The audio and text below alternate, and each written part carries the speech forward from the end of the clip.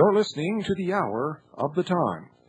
I'm William Cooper, and I guess you've noticed that we did not play our normal lead-in, and this is the only time since the beginning broadcast of the Hour of the Time that we have not done so, and it's for a very special reason. In 1917, John Dewey said at a dinner given for Viscount Ishii in the Imperial Japanese delegation, and I quote, "The best way to unite all humanity in a one-world government and do away with wars forever if we were invaded by some other species from some other planet." This hypothesis was put to the test on October the 30th, 1938, when the Mercury Theater aired War of the Worlds, and it proved that it would work. In 1947, near Roswell, New Mexico, a group of Army and Army Air Corps intelligence officers sprinkled debris over the desert and planted several shaved and surgically altered monkeys. And today, blatant and incredible stories proliferate of alien abductions and outright and total phonies like Don Ecker perpetuate the menace of the alien threat. Pay close attention, ladies and gentlemen. The Columbia Broadcasting System and its affiliated stations present Orson Welles and the Mercury Theater on the air in The War of the Worlds by H.G. Wells.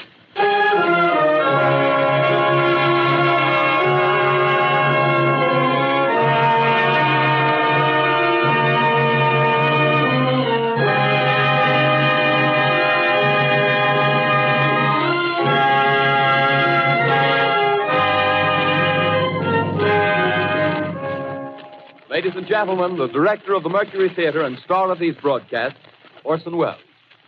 We know now that in the early years of the 20th century, this world was being watched closely by intelligences greater than man's, and yet as mortal as his own. We know now that as human beings busied themselves about their various concerns, they were scrutinized and studied, perhaps almost as narrowly as a man with a microscope might scrutinize the transient creatures that swarm and multiply in a drop of water. With infinite complacence, people went to and fro over the earth about their little affairs, serene in the assurance of their dominion over this small, spinning fragment of solar driftwood, which by chance or design, man has inherited out of the dark mystery of time and space. Yet across an immense ethereal gulf, minds that are to our minds as ours are to the beasts in the jungle, intellects vast, cool, and unsympathetic, regarded this earth with envious eyes and slowly and surely drew their plans against us. In the 39th year of the 20th century came the Great Disillusionment.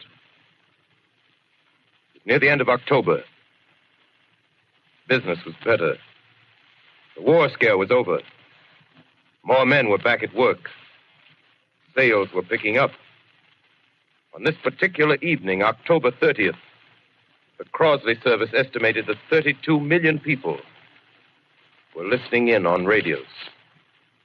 For the next 24 hours, not much change in temperature. A slight atmospheric disturbance of undetermined origin is reported over Nova Scotia, causing a low-pressure area to move down rather rapidly over the northeastern states, bringing a forecast of rain accompanied by winds of light gale force. Maximum temperature 66, minimum 48. This weather report comes to you from the Government Weather Bureau. We take you now to the Meridian Room in the Hotel Park Plaza in downtown New York, where you will be entertained by the music of Raymond Raquello and his orchestra.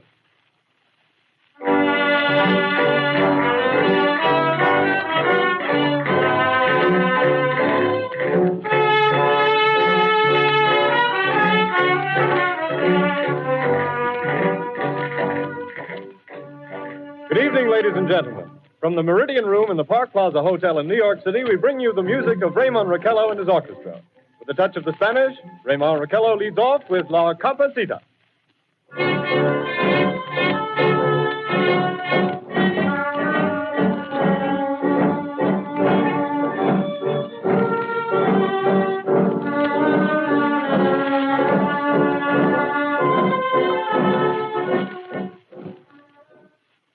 Ladies and gentlemen, we interrupt our program of dance music to bring you a special bulletin from the Intercontinental Radio News.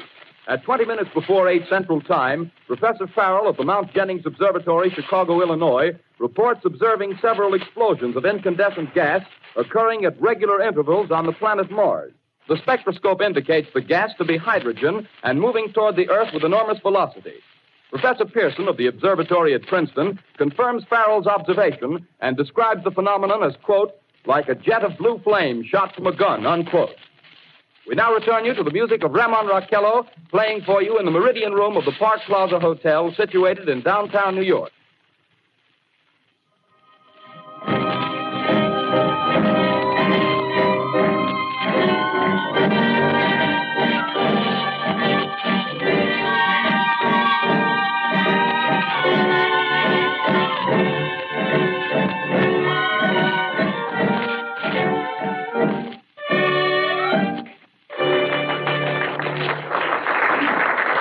And now a tune that never loses favor, the ever-popular Stardust, Raymond Raquello and his orchestra.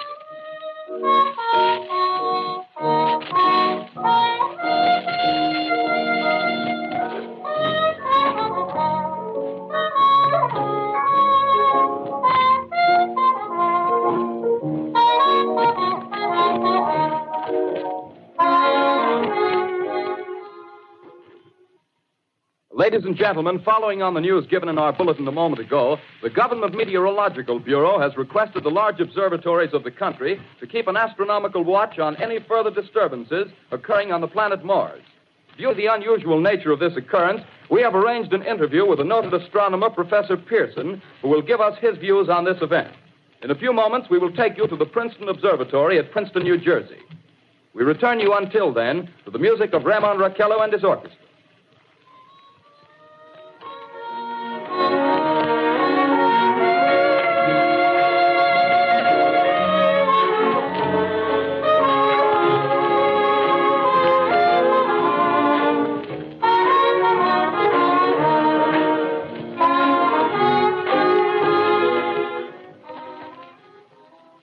We are ready now to take you to the Princeton Observatory at Princeton, where Carl Phillips, our commentator, will interview Professor Richard Pearson, famous astronomer.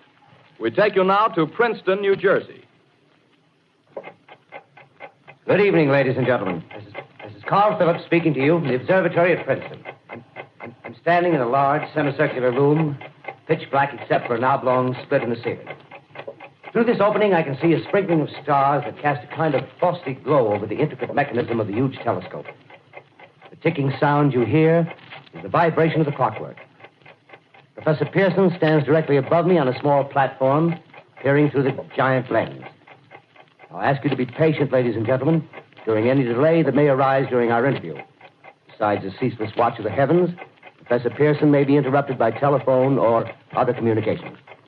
During this period, he is in constant touch with the astronomical centers of the world. Professor, may I begin our questions? At any time, Mr. Phillips. Professor, would you please tell our radio audience exactly what you see as you observe the planet Mars through your telescope? Nothing unusual at the moment, Mr. Phillips. A red disk swimming in a blue sea. Transverse stripes across the disk. Quite distinct now because Mars happens to be at the point nearest the Earth, in opposition, as we call it. In your opinion, what do these transverse stripes signify, Professor Pearson? Not canals, I can assure you, Mr. Phillips. They... Although that's the popular conjecture of those who imagine Mars to be inhabited. From a scientific viewpoint, the stripes are merely the result of atmospheric conditions peculiar to the planet. Then you're quite convinced, as a scientist, that living intelligence as we know it does not exist on Mars? I'd say the chances against it are 1,000 to 1. And yet, how do you account for these gas eruptions occurring on the surface of the planet at regular intervals? Phillips, I cannot account for it. By the way, Professor, for the benefit of our listeners, how far is Mars from the Earth? Approximately 40 million miles. Well, that seems a safe enough distance. Just a moment, ladies and gentlemen. Someone has just handed Professor Pearson a message.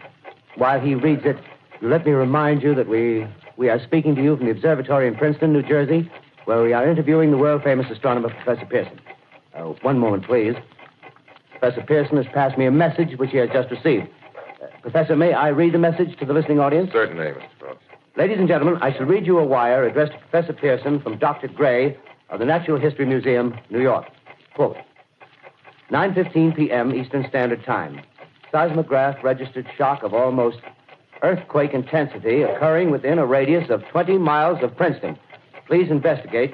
Signed, Lloyd Gray, Chief of Astronomical Division. Unquote. Professor Pearson, could this occurrence possibly have something to do with the disturbances observed on the planet Mars? Hardly, Mr. Phillips. This is probably a meteorite of unusual size, and its arrival at this particular time is merely a coincidence. However, we shall conduct a search as soon as daylight permits. Thank you, Professor. Ladies and gentlemen, for the past 10 minutes, we've been speaking to you from the observatory at Princeton, bringing you a special interview with Professor Pearson, noted astronomer. This is Carl Phillips speaking. We are returning you now to our New York studio.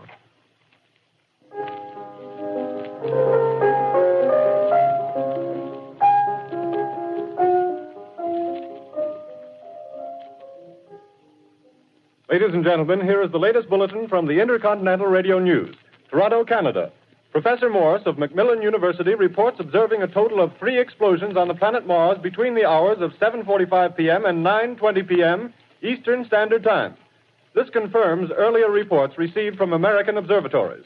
Now, nearer home, comes a special bulletin from Trenton, New Jersey.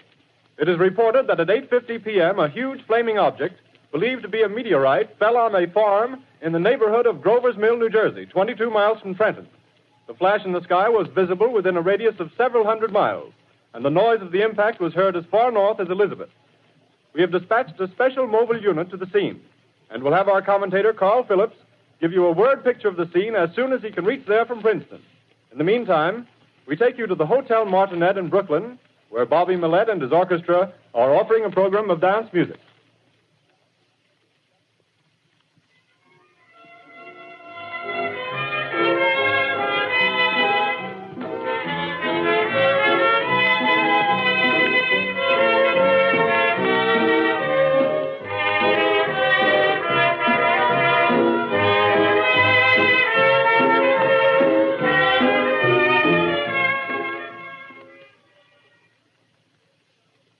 We take you now to Grover's Mill, New Jersey.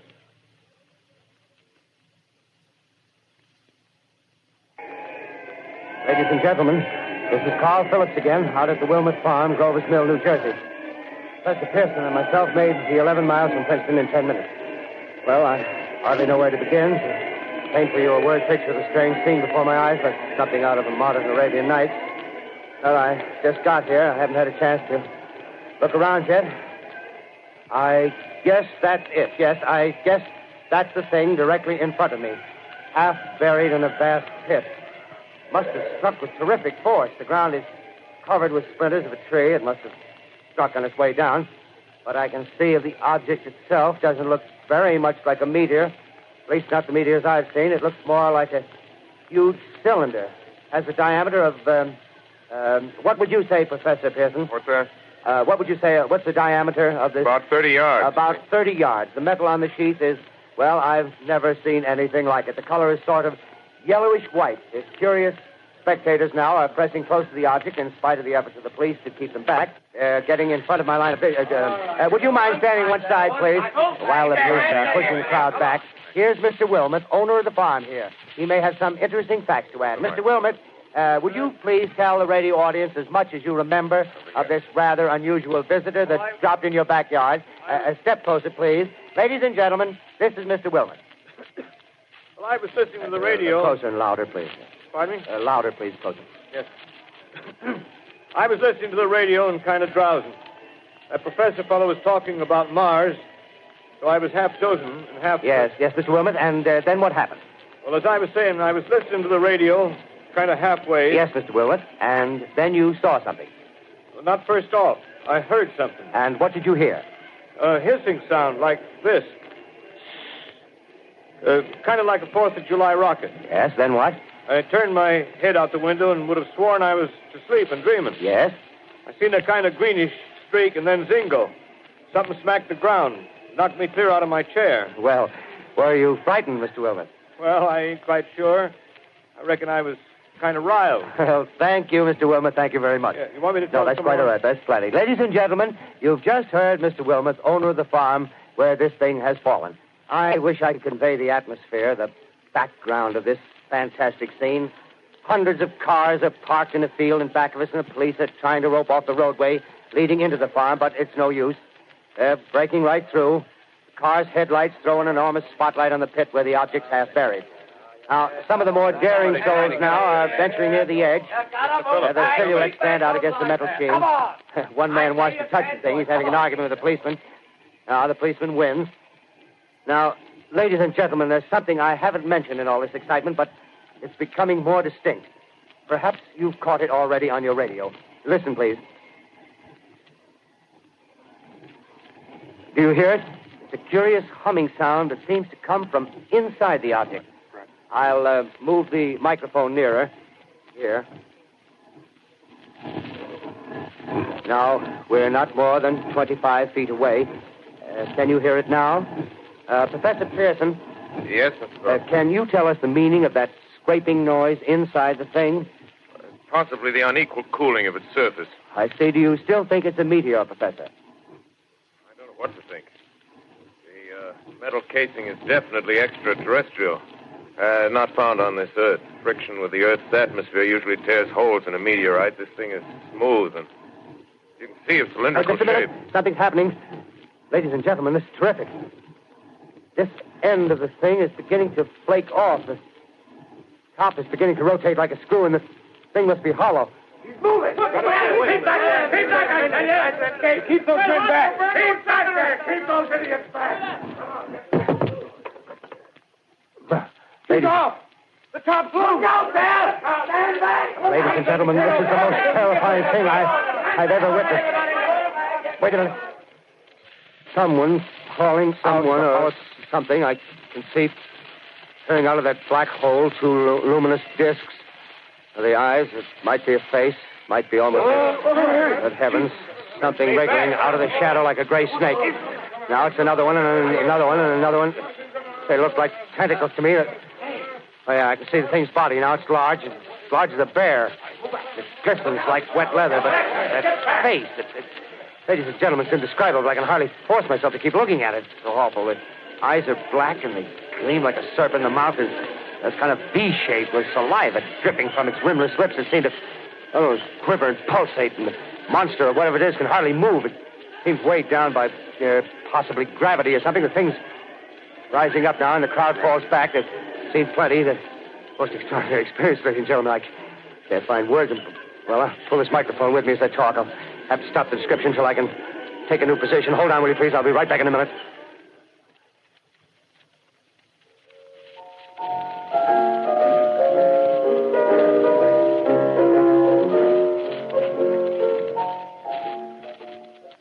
We are bringing you an eyewitness account of what's happening on the Wilmuth Farm, Grover's Mill, New Jersey.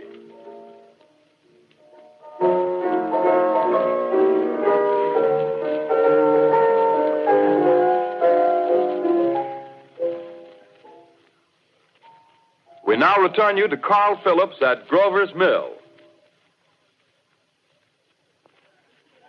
Ladies and gentlemen, am I on? Ladies and gentlemen, here I am, back of a stone wall that adjoins Mr. Wilmuth's garden. From here, I get a sweep of the whole scene. I'll give you every detail as long as I can talk and as long as I can see. More state police have arrived. They're drawing up a cordon in front of the pit. About 30 of them. No need to push the crowd back now. They're willing to keep their distance. The captain's conferring with someone. Can't quite see who. Oh, yes, I believe it's Professor Pearson. Yes, it is. Now they've parted, and the professor moves around one side, studying the object while the captain and two policemen advance with something in their hands. I can see it now. It's a white handkerchief tied to a pole.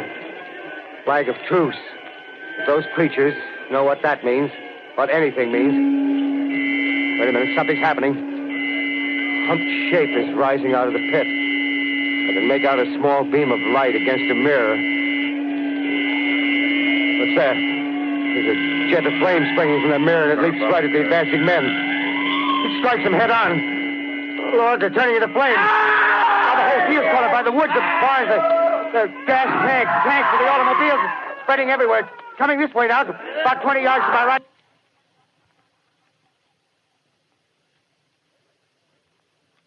Ladies and gentlemen, due to circumstances beyond our control, we are unable to continue the broadcast from Grover's Mill. Evidently, there's some difficulty with our field transmission. However, we will return to that point at the earliest opportunity. In the meantime, we have a late bulletin from San Diego, California. Professor Indelkoffer, speaking at a dinner of the California Astronomical Society, expressed the opinion that the explosions on Mars are undoubtedly nothing more than severe volcanic disturbances on the surface of the planet. We continue now with our piano interlude.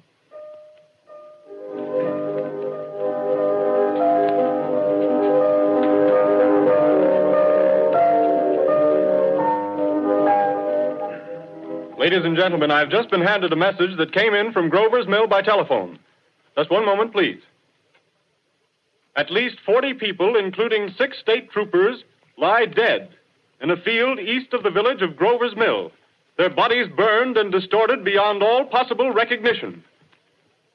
The next voice you hear will be that of Brigadier General Montgomery Smith, commander of the state militia at Trenton, New Jersey. I have been requested by the governor of New Jersey to place the counties of Mercer and Middlesex as far west as Princeton and east to Jamesburg under martial law.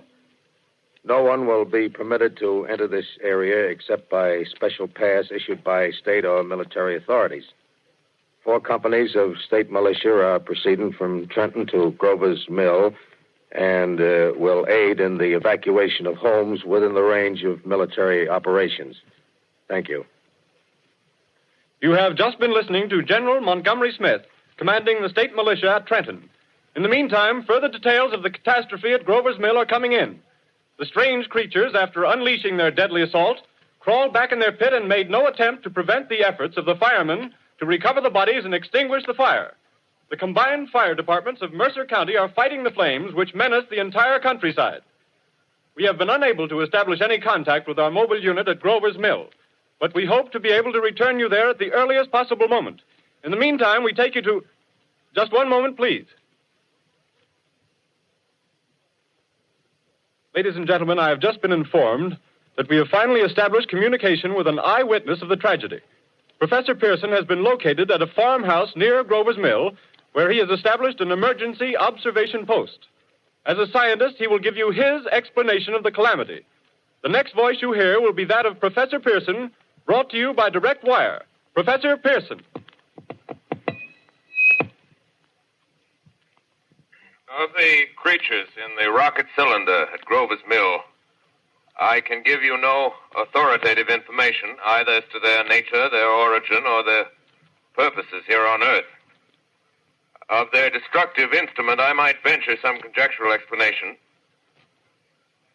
For want of a better term, I shall refer to the mysterious weapon as a heat ray. It's all too evident that these creatures have scientific knowledge far in advance of our own. It's my guess that in some way they are able to generate an intense heat in a chamber of practically absolute non-conductivity. This intense heat they project in a parallel beam against any object they choose by means of a polished parabolic mirror of unknown composition, much as the mirror of a lighthouse projects a beam of light. That is my conjecture of the origin of the heat ray. Thank you, Professor Pearson. Ladies and gentlemen, here is a bulletin from Trenton. It is a brief statement informing us that the charred body of Carl Phillips has been identified in a Trenton hospital. Now, here's another bulletin from Washington, D.C. The Office of the Director of the National Red Cross reports 10 units of Red Cross emergency workers have been assigned to the headquarters of the state militia, stationed outside of Grover's Mill, New Jersey. Here's a bulletin from State Police, Princeton Junction. The fires at Grover's Mill and vicinity are now under control. Scouts report all quiet in the pit, and there is no sign of life appearing from the mouth of the cylinder. Now, ladies and gentlemen, we have a special statement from Mr. Harry McDonald, Vice President in charge of operations. We have received a request from the state militia of Trenton to place at their disposal our entire broadcasting facilities. In view of the gravity of the situation, and believing that radio has a responsibility to serve in the public interest at all times, we are turning over our facilities to the state militia at Trenton. We take you now to the field headquarters of the state militia near Grover's Mill, New Jersey. This is Captain Lansing of the Signal Corps, attached to the state militia, now engaged in military operations in the vicinity of Grover's Mill. Situation arising from the reported presence of certain individuals of unidentified nature is now under complete control. The cylindrical object, which lies in a pit directly below our position, surrounded on all sides by 8 battalions of infantry, without heavy field pieces, but adequately armed with rifles and machine guns. All cause for alarm, if such cause ever existed, is now entirely unjustified. Things, whatever they are, do not even venture to poke their heads above the pit. I can see their hiding place plainly in the glare of the searchlights here. With all their reported resources, these creatures can scarcely stand up against heavy machine gun fire. Anyway, it's an interesting outing for the troops. I can make out their khaki uniforms crossing back and forth in front of the lights. Looks almost like a real war. There appears to be some slight smoke in the woods bordering the Millstone River. Probably fire started by campers. Well, we ought to see some action soon. One of the companies is deploying on the left flank. A quick thrust and it'll all be over. Now, wait a minute. I see something on top of the cylinder. No, it's nothing but a shadow. Now the troops are on the edge of the Wilmot Farm. 7,000 armed men closing in on an old metal tube. A tub, rather. Well, wait, that wasn't a shadow. It's something moving. Solid metal, kind of a shield-like affair rising up out of the cylinder. It's going higher and higher. What? It's standing on legs, actually rearing up on a sort of metal framework. Now it's reaching above the trees and the searchlights are on it. Hold on.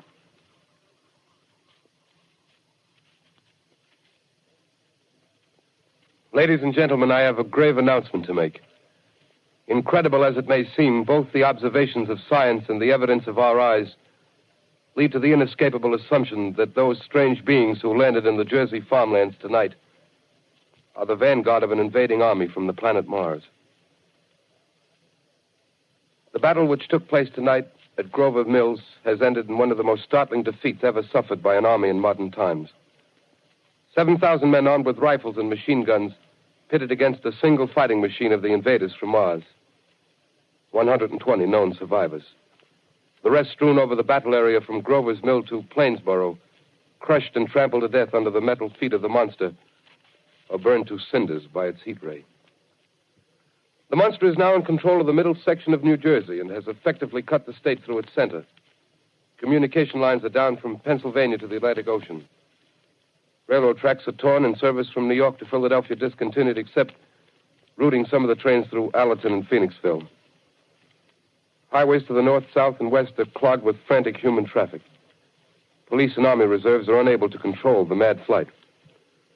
By morning, the fugitives will have swelled Philadelphia, Camden, and Trenton, it is estimated, to twice their normal population. Martial law prevails throughout New Jersey and eastern Pennsylvania. At this time, we take you to Washington for a special broadcast on the national emergency. The Secretary of the Interior. Citizens of the nation, I shall not try to conceal the gravity of the situation that confronts the country, nor the concern of your government in protecting the lives and property of its people. However, I wish to impress upon you, private citizens and public officials, all of you, the urgent need of calm and resourceful action. Fortunately, this formidable enemy is still confined to a comparatively small area, and we may place our faith in the military forces to keep them there. In the meantime, placing our faith in God, we must continue the performance of our duties, each and every one of us, so that we may confront this destructive adversary with a nation united, courageous, and consecrated to the preservation of human supremacy on this earth. I thank you. You have just heard the Secretary of the Interior speaking from Washington. Bulletins too numerous to read are piling up in the studio here. We're informed that the central portion of New Jersey is blacked out from radio communication due to the effect of the heat ray upon power lines and electrical equipment. Here's a special bulletin in New York. Cables have been received from English, French, and German scientific bodies offering assistance. Astronomers report continued gas outbursts at regular intervals on the planet Mars. The majority voiced the opinion that the enemy will be reinforced by additional rocket machines. There have been several attempts made to locate Professor Pearson of Princeton, who has observed Martians at close range. It is feared he was lost in the recent battle. Langham Field, Virginia. Scouting planes report 3 Martian machines visible above treetops, moving north toward Somerville with population fleeing ahead of them. The heat ray is not in use, although advancing at express train speed, invaders pick their way carefully. They seem to be making a conscious effort to avoid destruction of cities and countryside. However, they stop to uproot power lines, bridges, and railroad tracks. Their apparent objective is to crush resistance, paralyze communication, and disorganize human society. Here is a bulletin from Basking Ridge, New Jersey. Coon hunters have stumbled on a second cylinder similar to the first, embedded in the great swamp 20 miles south of Morristown. Army field pieces are proceeding from Newark to blow up the second invading unit before the cylinder can be opened and the fighting machine rigged. They are taking up a position in the foothills of Watchung Mountains. Another bulletin from Langham Field, Virginia. Scouting planes report enemy machines, now 3 in number, increasing speed northward, kicking over houses and trees in their evident haste to form a conjunction with their allies south of Morristown. Machines also sighted by telephone operator east of Middlesex within 10 miles of Plainfield. Here's a bulletin from Winston Field, Long Island. A fleet of Army bombers carrying heavy explosive flying north in pursuit of enemy. Scouting planes act as guides. They keep the speeding enemy in sight. Just a moment, please, ladies and gentlemen. We've run special wires to the artillery line in adjacent villages to give you direct reports in the zone of the advancing enemy. First, we take you to the battery of the 22nd Field Artillery, located in the Watchung Mountains. Range 32 meters. 32 meters. Projection 39 degrees. 39 degrees. Fire. 140 yards to the right, sir. Shift range 31 meters. 31 meters. Projection 37 degrees. 37 degrees. Fire.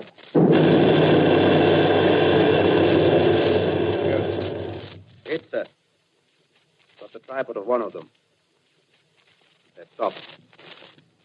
The others are trying to repair it. Quick, get the range. Shift 30 meters. 30 meters. Projection 27 degrees. 27 degrees. Fire.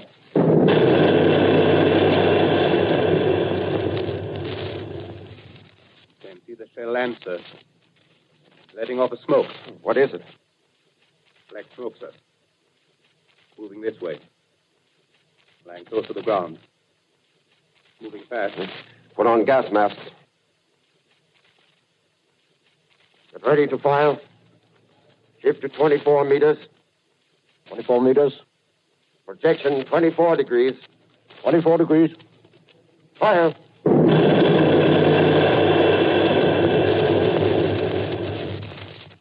Still can't see, sir. Smoke's coming nearer. Get the range. 33 meters. 23 meters. 23 meters. Protection 22 degrees. 22 degrees.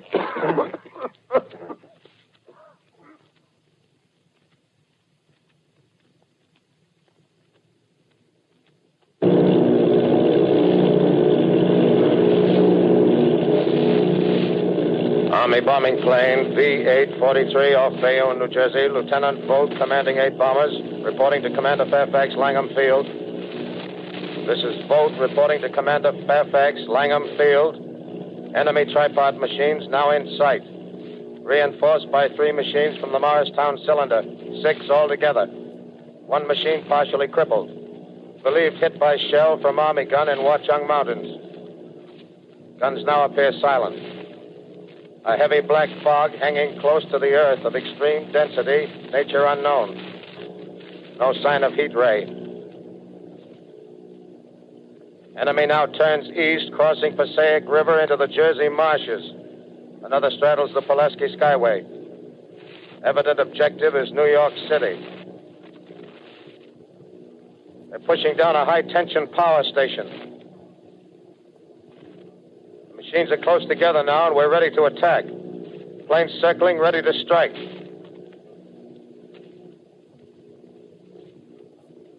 A 1,000 yards and we'll be over the first.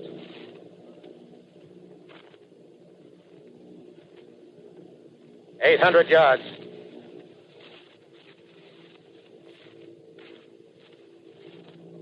$600.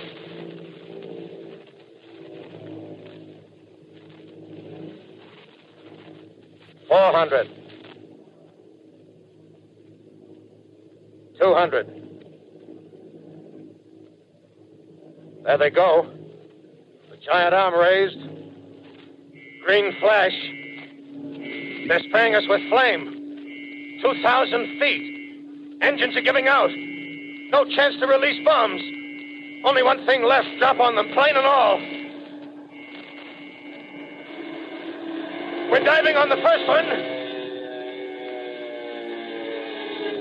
Now the engine's gone. 8.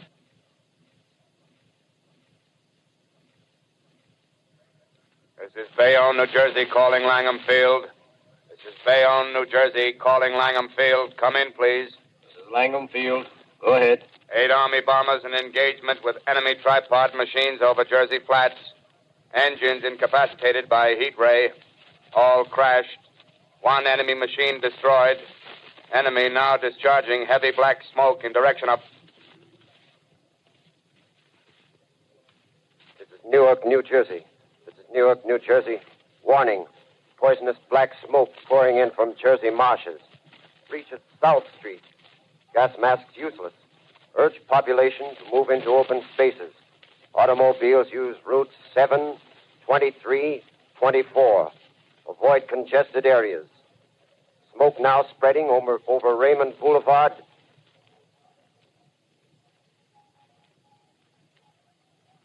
L calling CQ, 2X2L calling CQ, 2X2L calling 8X3R. Come in, please. This is 8X3R coming back at 2X2L. How's reception? How's reception? K, please. Where are you, 8X3R? What's the matter? Where are you?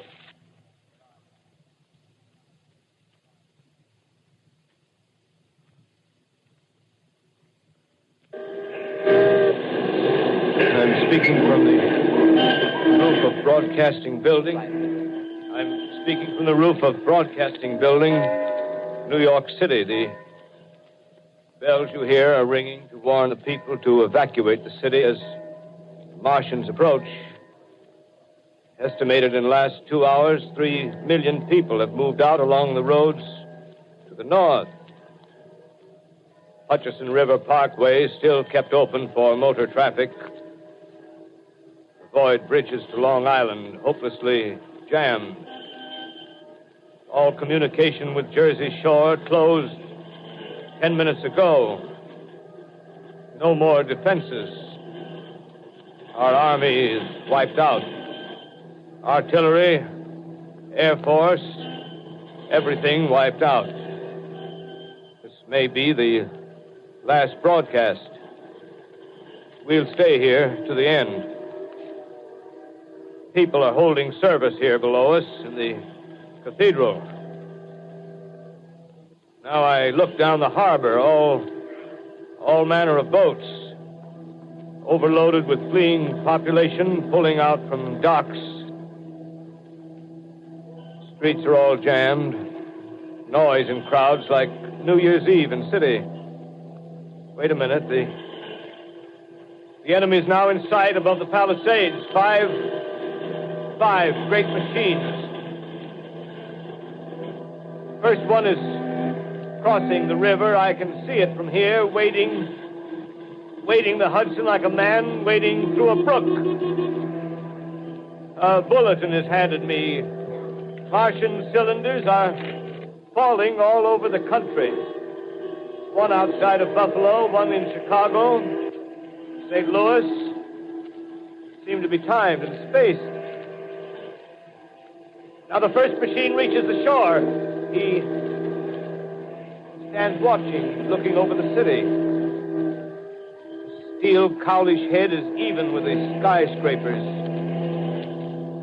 He waits for the others. rise like a line of new towers on the city's west side. Now they're lifting their metal hands. This is the end now. Smoke comes out, black smoke drifting over the city. People in the streets see it now. They're running toward the East River, thousands of them, dropping in like rats. Now the smoke's spreading faster. It's reached Times Square. People are trying to run away from it, but it's no use. They're falling like flies. Now the smoke's crossing 6th Avenue.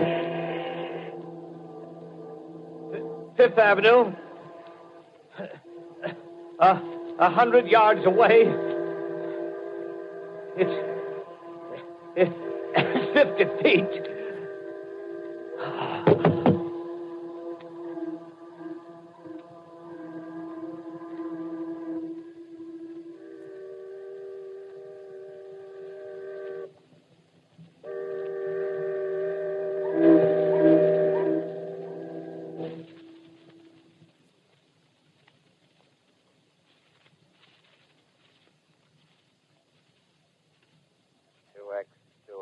Calling CQ. 2X2L calling CQ. 2X2L calling CQ, New York. Isn't there anyone on the air? Isn't there anyone on the air? Isn't there anyone? 2X2L.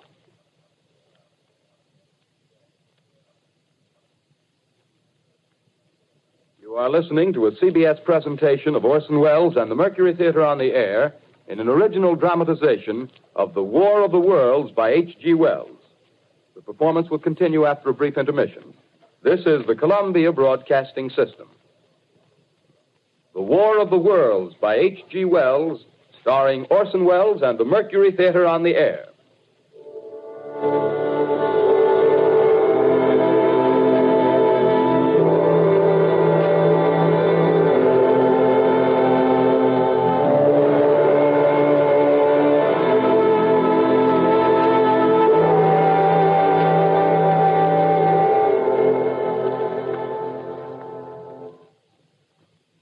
I set down these notes on paper.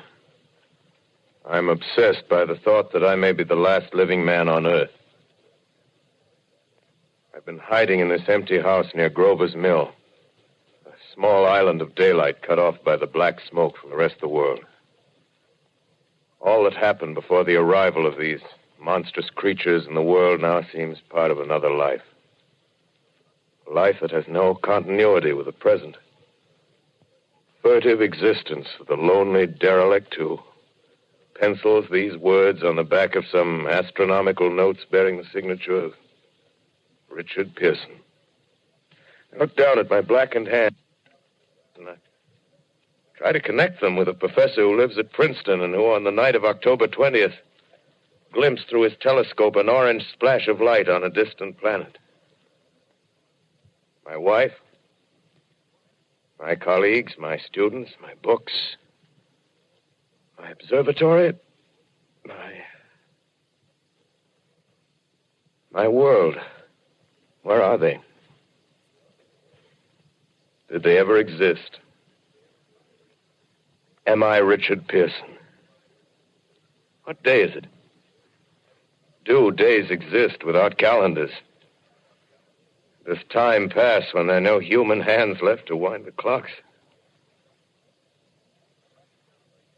Writing down my daily life, I tell myself I shall preserve human history between the dark covers of this little book that was meant to record the movements of the stars. But to write, I must live, and to live, I must eat. Find moldy bread in the kitchen and an orange not too spoiled to swallow. Keep watch at the window. Time to time, I catch sight of a Martian above the black smoke. The smoke still holds the house in its black coil, but at length there's a hissing sound, and suddenly I see a Martian mounted on his machine, spraying the air with a jet of steam as if to dissipate the smoke. I Watch in a corner as his huge metal legs nearly brush against the house. Exhausted by terror, I fall asleep. Morning.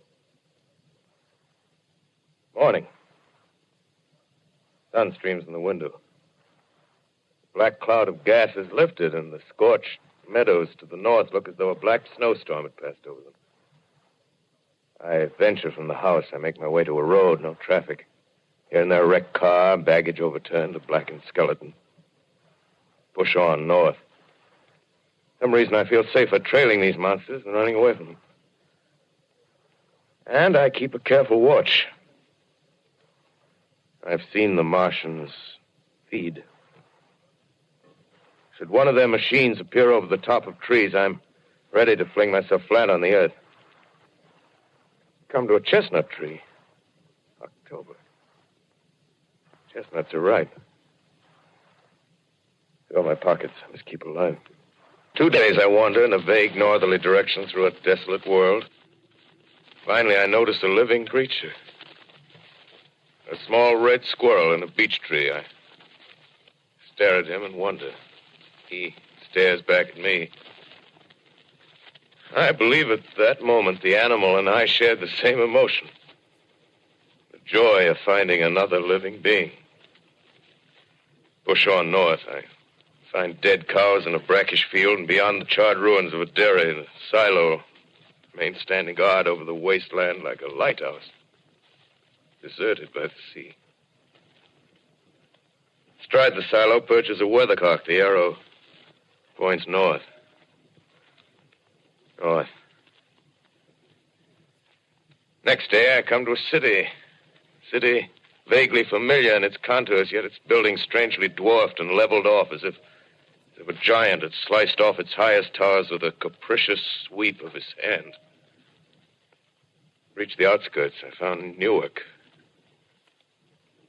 Newark, undemolished but humbled by some whim of the advancing Martians. Presently, with an odd feeling of being watched, I caught sight of something crouching in a doorway. I made a step towards it, and it rose up and became a man. A man armed with a large knife. Stop! Where do you come from? I come from many places. A long time ago, from Princeton. Princeton, huh? That's near Grover's Mill. Yes. Grover's Mill.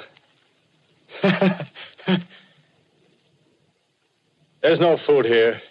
This is my country. All this end of town down the river. There's only food for one. Which way are you going? I don't know. I guess I'm looking for people. Hey, what was that? Did you hear something just then?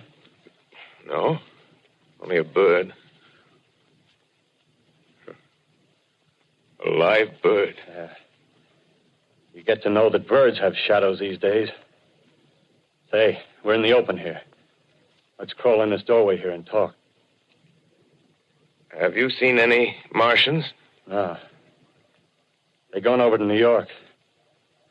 Night, the sky's alive with their lights, just as if people were still living in it. By daylight, you can't see them. 5 days ago, a couple of them carried something big across the flats from the airport. I think they're learning how to fly. Fly? Yeah, fly. Then it's all over with humanity. Stranger, there's still you and I. 2 of us left. Yeah. They got themselves in solid. They wrecked the greatest country in the world. Those green stars, they're probably falling somewhere every night. They've only lost one machine. There isn't anything to do. We're done. We're licked. Where were you? You're in a uniform. Yeah, what's left of it. I was in the militia. National Guard. That's good. There wasn't any war. Any more than there's war between men and ants. Yes, but we're eatable ants. I found that out. What'll they do to us? I thought it all out. Right now, we're caught as we're wanted. A Martian only has to go a few miles to get a crowd on the run. But they won't keep on doing that. They'll begin catching us systematic, like keeping the best and storing us in cages and things. They haven't begun on us yet. Not begun? Not begun. All that's happened so far is because we don't have sense enough to keep quiet. Bothering them with guns and such stuff and losing our heads and rushing off in crowds. Now, instead of our rushing around blind, we got to fix ourselves up according to the way things are now. Cities, nations, civilization, progress. Yes, but if that's so, what is there to live for? Well, there won't be any more concerts for 1,000,000 years or so, and no nice little dinners at restaurants. If it's amusement you're after, I guess the game's up. What is there left? Life, that's what. I want to live. Yeah, and so do you. We're not going to be exterminated. And I don't mean to be caught either. Tamed and fattened and bred like an ox. What are you going to do? I'm going on. Right under their feet. I got a plan. We men as men, we're finished. We don't know enough. We got to learn plenty before we get a chance. We've got to live and keep free while we learn, see? I've thought it all out, see? Well, tell me the rest. Well, it isn't all of us that are made for wild beasts. That's what it got to. That's what it got to be. That's why I watched you. Watched you. All those little office workers that used to live in these houses. They be no good. They haven't any stuff in them. They used to run off to work. I've seen hundreds of them running to catch their commuter's train in the morning, afraid they'd get canned if they didn't.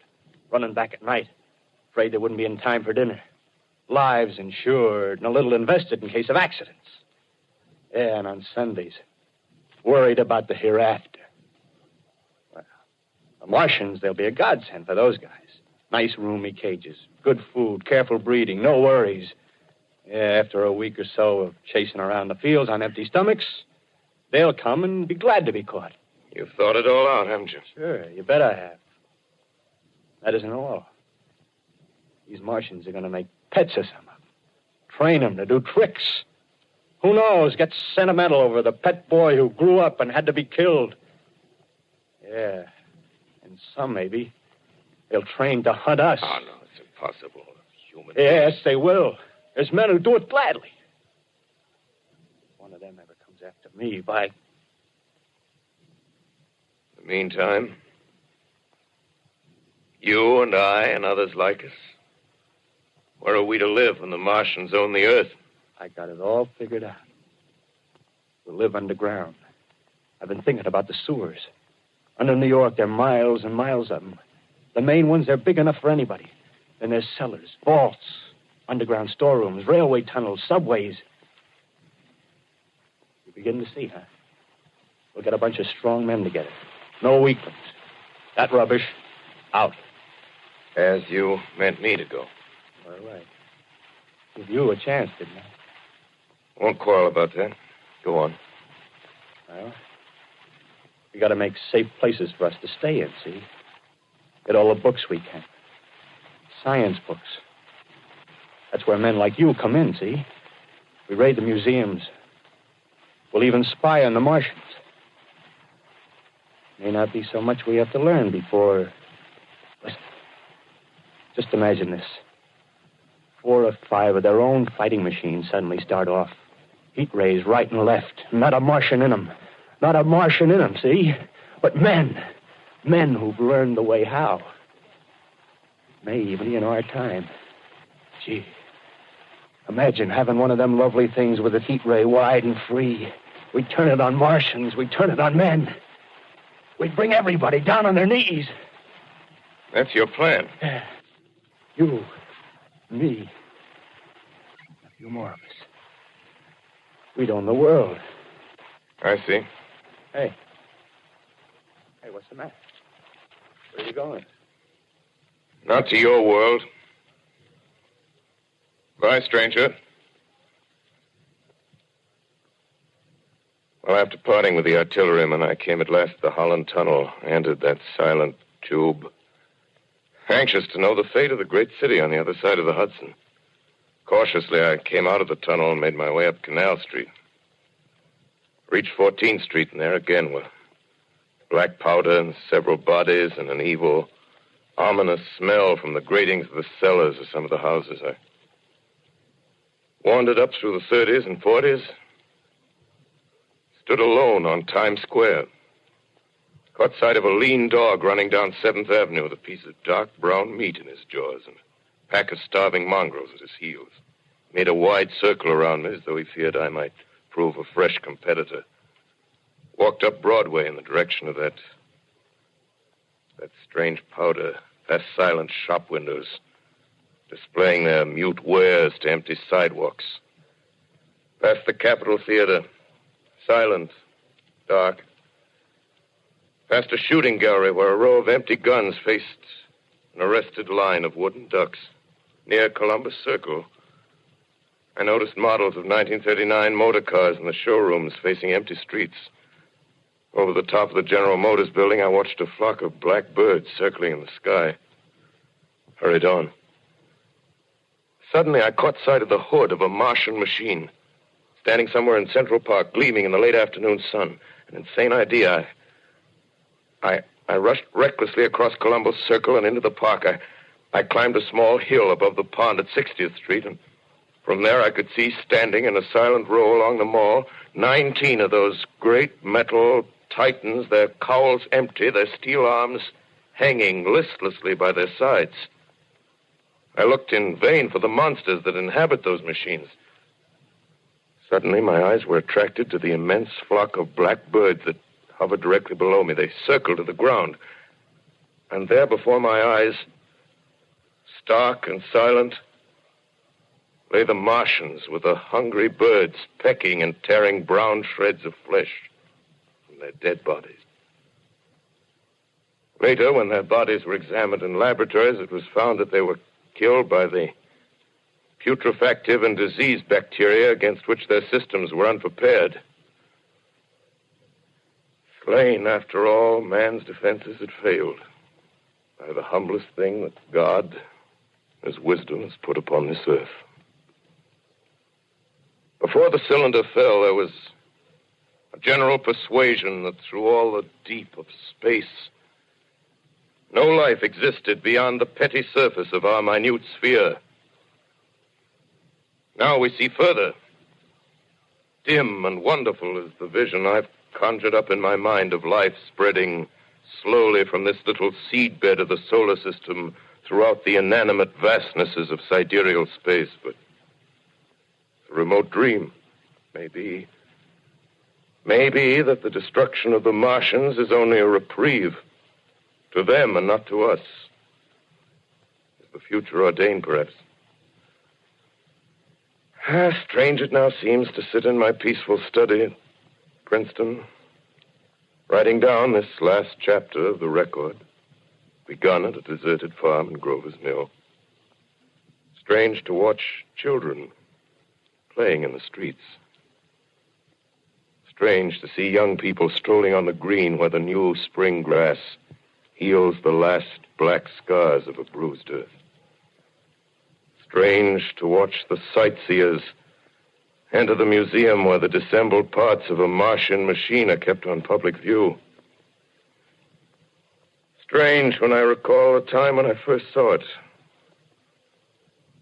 Bright and clean cut, hard and silent under the dawn of that last great day.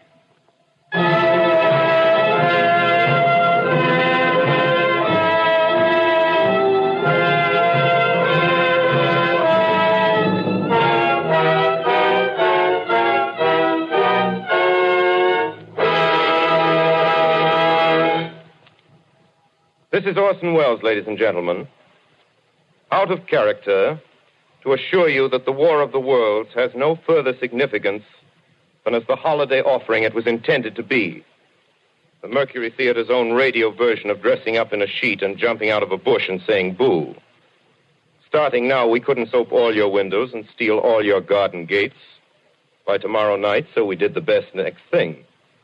We annihilated the world before your very ears and utterly destroyed the CBS. You will be relieved, I hope, to learn that we didn't mean it and that both institutions are still open for business. So goodbye, everybody, and remember, please, for the next day or so, the terrible lesson you learned tonight.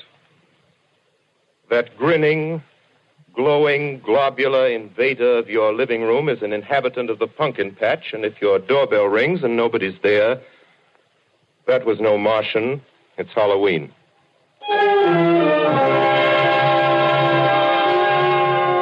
Tonight, the Columbia Broadcasting System and its affiliated stations coast to coast has brought you The War of the World by H.G. Wells, the 17th in its weekly series of dramatic broadcasts featuring Orson Welles and the Mercury Theater on the air. Next week, we present a dramatization of 3 famous short stories. This is the Columbia Broadcasting System.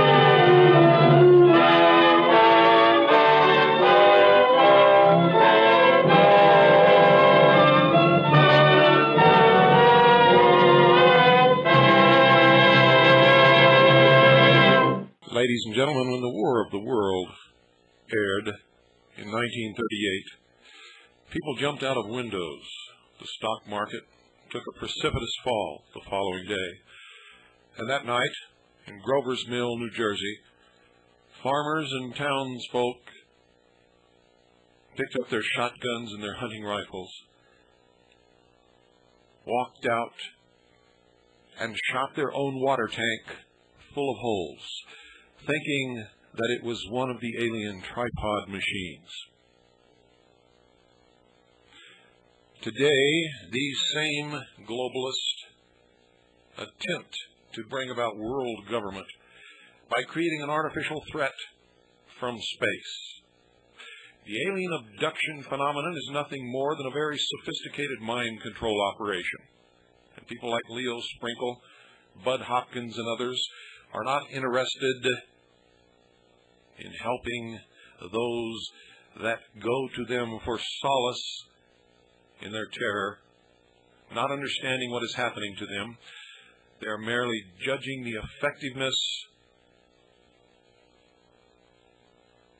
of this mind control operation, and the data that they collect helps those who conduct it to perfect their methods. And all across the world and across the United States, people gather to hear phonies like Donald Francis Ecker, who was no more a police officer or a criminal investigator than the man in the moon. And so-called nuclear physicists like Stanton T. Friedman, who in our investigation for the last 30 years has never gone near anything even resembling nuclear physics. And I could go on and on and on. The technology that we see in the sky belongs to humans, that which we have been able to identify. And someday you will be presented with a scenario that the Earth is being invaded by some other species from some other planet, and the answer will be for all humanity to come together under one world government and sacrifice whatever is needed to oppose this threat. Good night, ladies and gentlemen, and God bless you all.